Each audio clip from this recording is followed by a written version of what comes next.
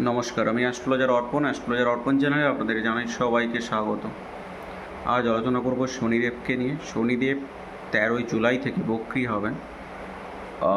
এটি চলবে 28শে নভেম্বর অবধি। এই 13ই জুলাই থেকে 28শে নভেম্বর অবধি শনিদেবের বক্রতার ফলে প্রত্যেকটি লগ্নের উপর বা রাশির উপর এর প্রভাব পড়বে। আজ আলোচনা করব মেষ রাশি নিয়ে। মেষ রাশির শনিদেবের এই বক্রতার ফলে কী এফেক্ট পড়বে সেই নিয়ে আজকে আলোচনা করব।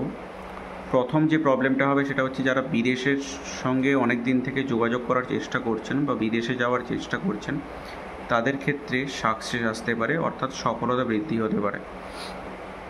আত্মীয় কুটুম্বের সঙ্গে বা আত্মীয় কুটুম্বের সহযোগিতায় কিছু অর্থনৈতিক উন্নতি হতে পারে।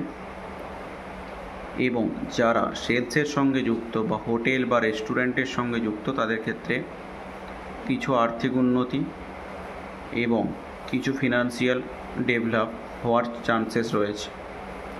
নতুন করে শত্রুতা বৃদ্ধি হতে পারে।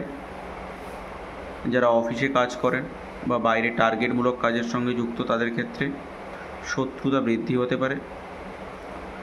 পিতার স্বাস্থ্য সংক্রান্ত সমস্যা আসতে পারে।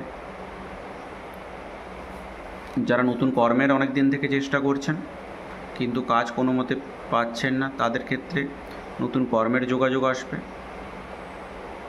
এবং যারা অনেক দিন থেকে বিবাহের চেষ্টা করছেন কিন্তু কোনো মতেই সম্বন্ধ আসছে না, তাদের ক্ষেত্রে নতুন সম্বন্ধ আসবে এবং বিবাহ সম্পন্ন হবে। নমস্কার।